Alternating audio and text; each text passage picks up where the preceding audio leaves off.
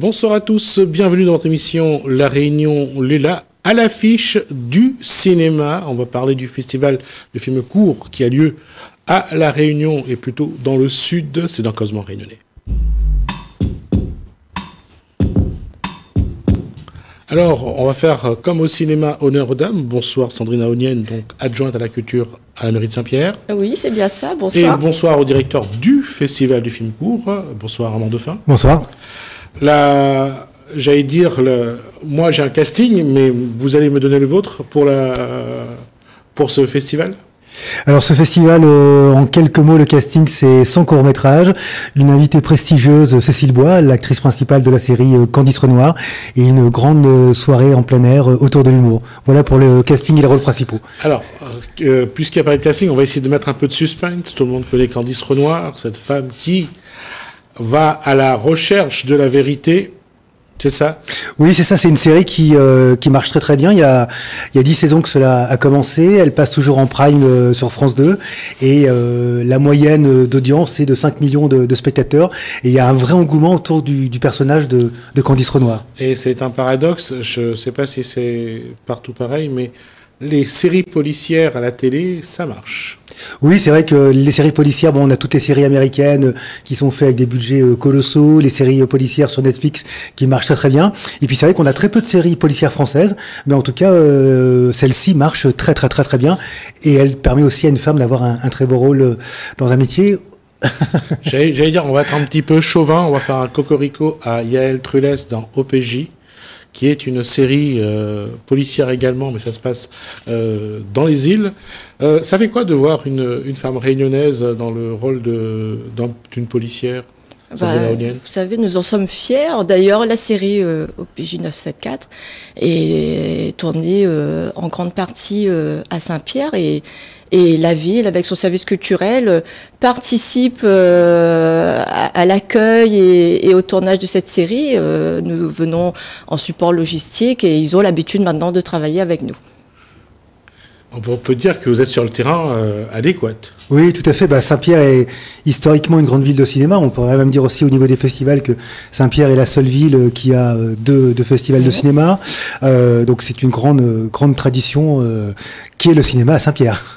Effectivement, on a le premier festival Écran Jeune qui existe depuis presque 30 ans maintenant et le festival du film court donc, qui a été créé en 2016. Oui, c'est ça. Ouais, c'est ça. Hein. Donc, on est aujourd'hui à la 7e édition. Et c'était une idée de la ville déjà d'avoir une autre proposition, un autre festival. Et nous avons travaillé directement avec Armand Dauphin pour qu'il nous aide à créer ce festival et à le porter. Et aujourd'hui, nous en sommes vraiment fiers. Et nous invitons l'ensemble des Réunionnais, puisque c'est un festival qui a lieu à Saint-Pierre, mais c'est pas un festival Saint-Pierrois. Donc, on invite l'ensemble de la population qui a envie de découvrir ces films courts, parce que c'est aussi ce sont des films sur un format très intéressant, donc entre 1 minute et 59 minutes, on peut dire que ça fait partie des films courts. Il y a de la marge. Il y a de la marge. Et pour les gens qui n'aiment pas l'attente, qui sont tout de suite dans l'action, on ne s'ennuie jamais avec un film court. Alors, on va juste faire un clin d'œil à Alfred Hitchcock avec ses courts-métrages qui étaient toujours très prisés à notre époque à nous, parce que c'était du noir et blanc déjà d'une part, et puis on appréciait quand même cette qualité du cinéma, c'est-à-dire que là c'est l'acteur qui était vraiment face à la caméra. Aujourd'hui la caméra est mobile et on donne de la dimension aux images, mais avant c'était l'acteur qui devait donner toute l'émotion. Et ça, je crois que dans le film court, c'est quelque chose qu'on voit plus souvent. L'avantage du film court, c'est qu'il y a une liberté. Il y a aussi un investissement qui est important parce qu'on n'a pas autant de temps que sur un long. L'économie n'est pas la même. Après, c'est vrai que je pense que c'est un format d'avenir au jour d'aujourd'hui, dans un monde où on a des jeunes qui regardent des vidéos sur TikTok, sur YouTube, etc. Des vidéos qui sont très courtes. On n'a pas le temps. Malheureusement, on n'a pas le temps. On a beaucoup d'images qui viennent et le format court est tout à fait dans l'air du temps. De toute façon, quand on regarde les plateformes les plus connues, les gens vont plus aller regarder les films courts justement sur ces plateformes-là plutôt que d'aller chercher sur les chaînes généralistes. C'est vrai qu'on a aujourd'hui un véritable phénomène. Enfin, TikTok est un phénomène absolument incroyable, et on a des choses très courtes, enfin on va pas dire des films, mais des vidéos très courtes de quelques secondes, d'une minute, 2 minutes, et qui plaisent à cette nouvelle génération qui aujourd'hui à partir de 15 ans passe leur temps à regarder TikTok. Donc je pense que là, le cours est vraiment en adéquation. Sans vouloir critiquer, et surtout pas critiquer, parce que c'est pas une critique, mais si on regarde bien, avant, les films faisaient 1h, 1h20, 1h30, on essayait de regarder la qualité. Là, on est plus dans la quantité, de regarder un maximum de vidéos en si peu de temps. C'est ce que font déjà les jeunes. Ils vont aller chercher les vidéos courtes sur surtout, que ce soit sur les réseaux sociaux, sur les plateformes, pour voir un petit chat faire une caresse à son maître. Ça va durer 10 secondes, mais ils vont chercher. Oui, tout à fait. Après, c'est vrai qu'il se passe quelque chose aujourd'hui autour de l'audiovisuel qui est aussi inquiétant. On a en tout cas chez les 15-25 ans, il y a 30% de ces spectateurs-là qui vont moins au cinéma. On a aussi un nouveau phénomène qui est les séries, les 52 minutes, qui marchent aussi très très très bien. Et c'est vrai que le format long, le format cinéma d'1h30, de 2 heures qu'on connaît, est un petit peu déserté par le jeune public. Si on regardait des films de les péplums, les westerns aujourd'hui, ça n'a plus, ça n'a plus de raison d'être, parce que le public a évolué. On est dans un véritable changement au niveau des images, au niveau du cinéma, au niveau du visuel. Je ne sais pas encore où est-ce qu'on va aller, mais en tout cas, on est en train de vivre une mutation absolument incroyable. Comme il y a 100 ans, la naissance du cinéma, un petit peu plus, on est en pleine mutation. Et justement, quand on parle d'évolution, est-ce qu'avec ce projet, avec ces projets de cinéma, de festival de cinéma à Saint-Pierre, est-ce que la collectivité, ou que ce soit la mairie de Saint-Pierre ou la Civis, il est aujourd'hui dans les cartons de dire pourquoi pas faire un petit... une école de cinéma, par exemple, quelque chose dans ce genre, je ne dis pas absolument une école, mais apprendre aux enfants à regarder le cinéma avec un œil plus professionnel, avec un œil plus critique, à faire eux-mêmes leurs vidéos.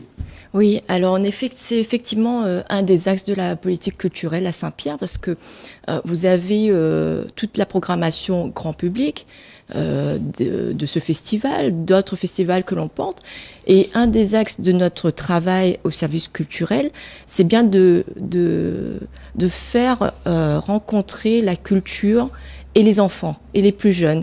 Et là, c'est un travail de découverte, de médiation, et ça, c'est un pan entier qui est méconnu du grand public, mais qui est, à mon sens, le plus important aujourd'hui dans ce que l'on fait au niveau de la culture. Alors, on n'a pas de projet aujourd'hui de monter une école, parce que ce sont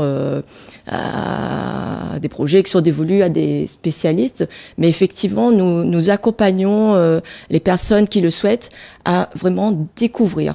Et ça, c'est vraiment important, la découverte. Nous avons des programmes avec l'éducation nationale, un programme qui s'appelle par exemple Jeunes Spectateurs, donc qui permet aux enfants de venir par exemple dans une salle de spectacle, et on le fait.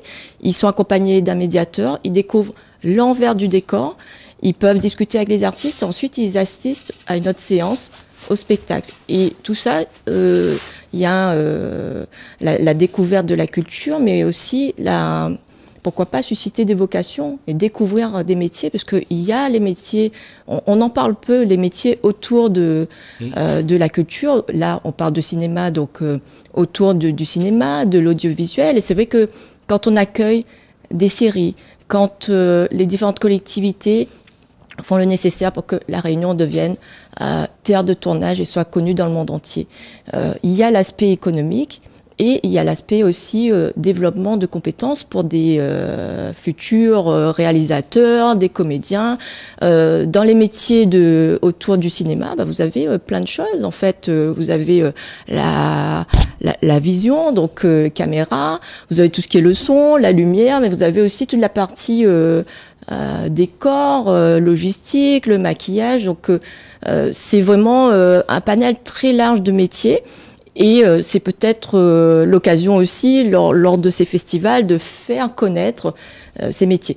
Et c'est pour ça qu'il y a des rencontres qui sont organisées aussi, donc avec les réalisateurs, les comédiens, parce que c'est comme ça qu'on captive aussi les plus jeunes. Ils ont besoin d'être dans l'action, et ça, c'est vraiment des échanges intéressants.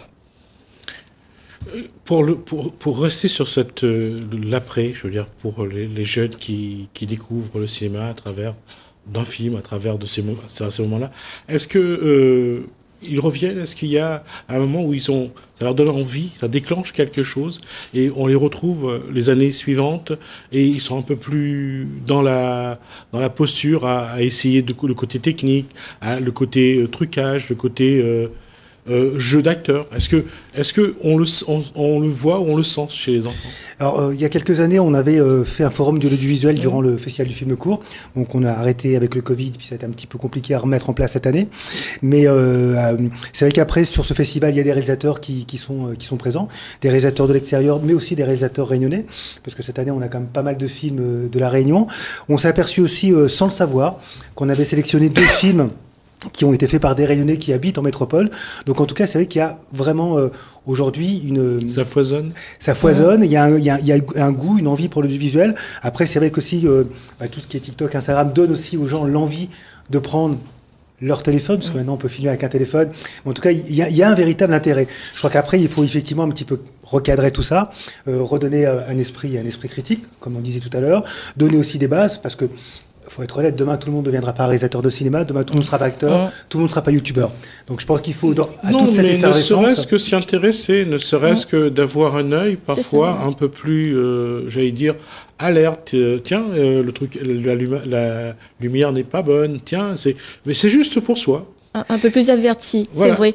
Ouais. Et c'est vrai que c'est quand les plus jeunes, ils commencent à fréquenter les salles, mais il faut la partie médiation. C'est vrai que si on ne connaît pas, on vient, on regarde un film, on se dit oui c'est bien ou c'est pas bien, on aime ou on n'aime pas, mais il y a tout cet accompagnement et c'est vrai que Armand travaille sur ce volet-là aussi, donc la médiation, et ça c'est important, qu'il y ait toujours un accompagnateur, l'avant, pendant le film, et après, on peut débriefer, on peut discuter, et là, il y a des échanges. C'est ce qu'on fait aussi quand on fait des jurys pour sélectionner les films, des jurys avec des jeunes. On les forme avant. Pourquoi est-ce qu'on trouve qu'un film est intéressant et mieux qu'un autre?